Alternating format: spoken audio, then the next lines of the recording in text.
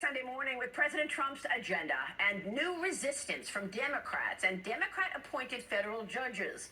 The president's deportation flights to Venezuela are resuming this morning as officials there agreed over the weekend to resume accepting illegal migrants after some 200 Venezuelans accused of being gang members were deported to El Salvador last weekend and sent to a high-security prison there. And even though most Americans agree with President Trump's tough stance on crime and illegal migration, Democrats want to stop him. Federal Judge James Boasberg, appointed by former President Obama, claims he wants details on the deportation flights after blocking President Trump from using the Alien Enemies Act of 1798 to deport the immigrants, a ruling the DOJ has called judicial overreach. Here's the president on Friday. They're tough people. They're bad people. We don't want them in our country. We can't let a judge say that he wants them. You know, he didn't run for president. He didn't get much more than 80 million votes. And we just can't let that happen.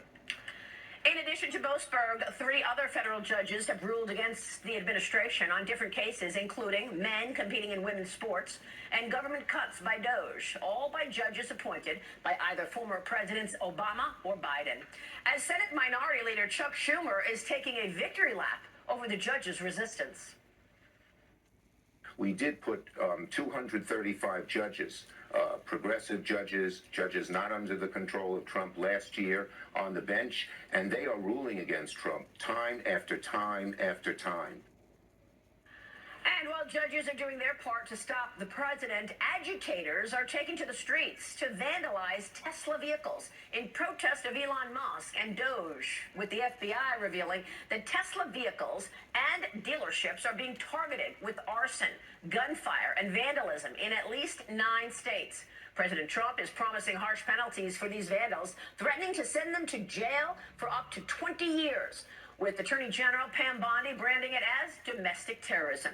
Joining me now, the woman herself in the Sunday Morning Futures exclusive, Attorney General of the United States, Pam Bondi. AG, thanks so much for joining us this morning. Good morning, Maria. Happy Sunday. And to you. Let me start with those flights to Venezuela. What can you tell us about Judge Boasberg's ruling and whether or not the Supreme Court is going to get involved here? Oh, the Supreme Court will get involved. This is an out-of-control judge, a federal judge trying to control our entire foreign policy, and he cannot do it. You know, he dragged us into court on a Saturday without any notice, and then he's continuing these hearings. He's trying to ask us about national security information, which he is absolutely not entitled to.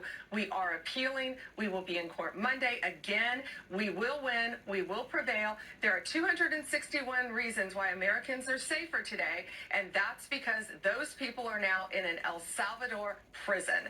And we are going to follow the law, and we are going to protect Americans. You know, there's a reason why Biden's approval rating was plummeting because of the border. There's a reason why the current Democrats' approval rating is at 29%. People want to be safe.